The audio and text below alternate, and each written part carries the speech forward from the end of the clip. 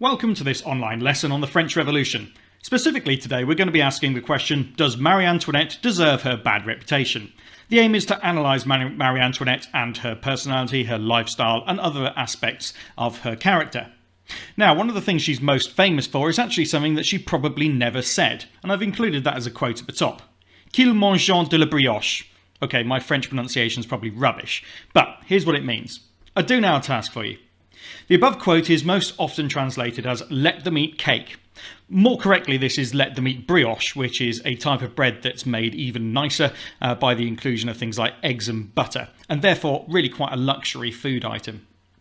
It was allegedly said by a great princess upon hearing that the peasants had no bread to eat. So as a question, what might this quote tell us about the lifestyle and personality of the person who said it, even if it wasn't Marie Antoinette? Pause the video now while you complete that.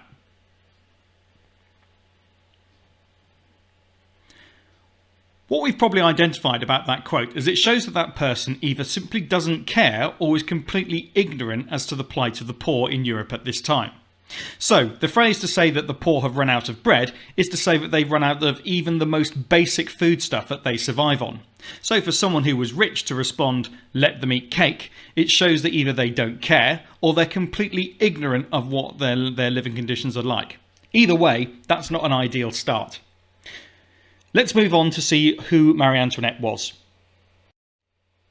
Marie Antoinette was the wife of King Louis XVI. And that's all I'm going to give you so far.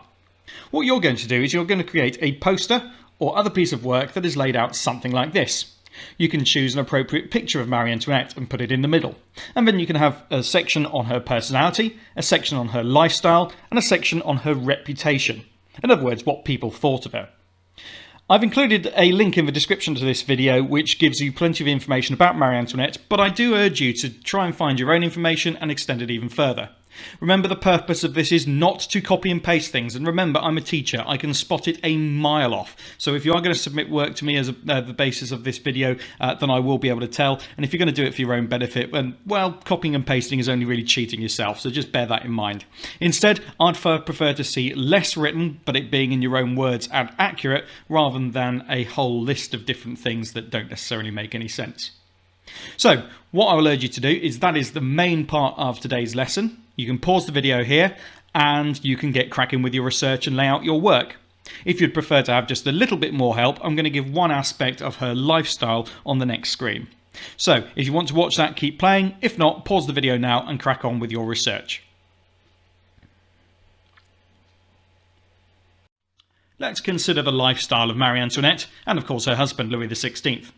We should have already done some work on Louis XVI and his very extravagant lifestyle, while Marie Antoinette was pretty well the same. Here's an example. This is a picture of Petit Trianon. This was a miniature village which was given to Marie by Louis XVI. It included basically formal gardens and a village that was built on the orders of Marie, who basically ordered how exactly everything should be there. This is kind of a bit like a theme park. Now, what I mean by that is I don't mean it's got roller coasters and rides, but it's more of like a fictional, stereotypical version of a real place. So you might go to a theme park and it's got a stereotypical Wild West town in it, but that's not what real Wild West towns were like. Well, Petit Trianon was supposed to be a fictional and stereotypical version of a French peasant's village.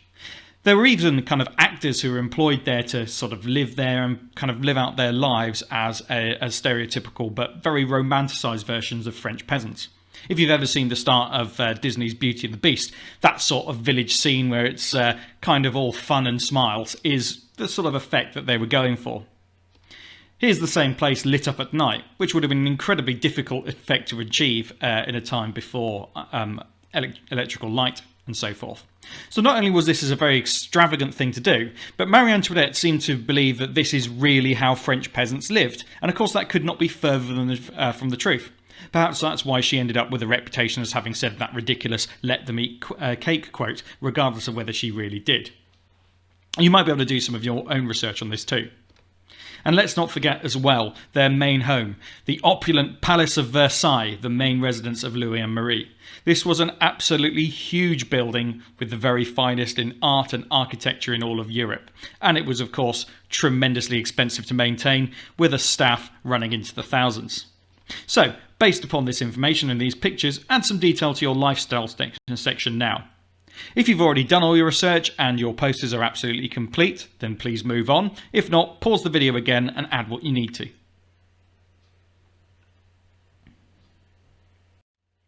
Okay, we're now going to have a look at some statements about Marie Antoinette, and based upon your research, you need to decide whether you agree with these or not. Based on your research, decide whether you agree or disagree with the following.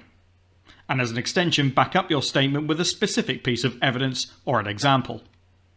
Firstly, Marie was greedy. Do you agree or disagree? And you might even be able to say you partly agree or partly disagree, but whatever you do, try and back it up with an example. Marie was misunderstood. Misunderstood by history and misunderstood by the French people. People disliked Marie.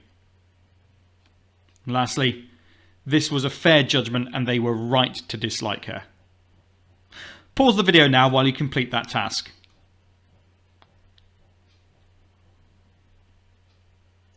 Well, much of this is opinion based, so I'm not going to say what's the right opinion or not. But there should be some evidence that Marie was greedy, especially in her use of money and her lifestyle. What about the fact that she's misunderstood? Well, after all, Marie was very much true to her time. She was not French by birth, she was Austrian, and she'd only ever really grown up within the Austrian nobility and then later the French court. So her understanding of real life, as per real life outside of royalty, was incredibly limited. While she didn't do much to try and fix this, it wasn't necessarily born out of any maliciousness. What about people disliking Marie? Well, I'm afraid that's sadly true. They didn't trust the influence of an Austrian so close to the throne and what influence she might have on Louis XVI. There were various other questions as to her character, which you've probably looked up yourself. And was this a fair judgment? Well, I'll leave that up to you. Certainly, Marie didn't do enough to manage her public image, but whether that is really fair that people thought of her as they did, I'll leave up to you. So why did people blame her? Well, again, you can refer to your notes on this, but here are some typical reasons. If you haven't got this within your research, it would be a good chance to add them now. Firstly, she was an Austrian princess. Therefore, not only was she royalty, but she wasn't considered French and therefore wasn't necessarily expected to understand the needs and stresses that France was under. France was already in debt by the time that she became the wife of Louis XVI. Her spending only added to that national debt. She was also a perfect victim to blame. She wasn't able to easily answer back, and she wasn't in a position to do so either. They made it look like that she was very vain and not very understanding. France did not want a foreigner on the throne, and they told of parties while the people were starving. So in other words, the idea was that the opulent, extravagant lifestyle of Louis and Marie carried on even when there was starvation and a failed harvest within France. So if you want to add some of those examples to your poster, now's a good time to pause the video and do so.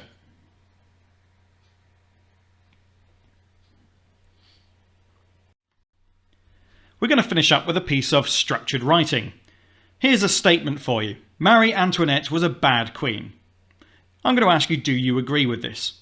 You'll need to give your opinion showing more than one point of view using something called PEEL, or point, example, explain and link. You might have used point, example, explain or point, evidence, explain before. Well, this takes it a step further by making sure that your explanations, regardless of which side they sit on, are directly linked to the question and addressing that issue as to whether or not she was a bad queen. So point, example, explain and link. Let's see how it works. Now, you might start by making a point. I think Marie Antoinette was or was not a bad queen. Or you could say that she was partly a bad queen, or whatever you want to do. That's your opinion stated. You then give an example or a piece of evidence to back it up. An example that shows this is, and then you explain it in further detail. That's the explain bit, this meant. And then you include the link. This shows that she was a good or bad queen because. And that's where it is linked back to this idea that Marie Antoinette was a bad queen, and you are backing that up with your opinions.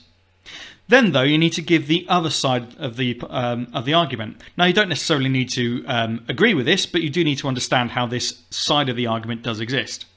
However, the opposite may also be true. An example that shows this is, this meant, and this shows that she was bad or good because. Again, this is using the point, example, explain and link process. Then you conclude. In conclusion, Marie Antoinette was, and give your opinion. This is because, explain your opinion. And then you do a slight bit of evaluation. This is more correct than the opposite point of view because, and that's where you really justify your opinion in comparison to someone else's.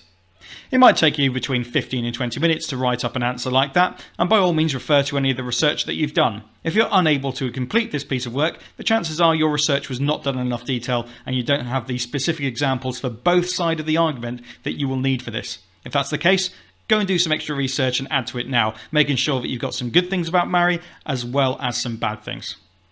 Once you've completed this piece of work, that's the end of the lesson. I'll say thank you very much for watching. I hope it was useful, and if it was, give the video a like if you're able to, and I'll say goodbye.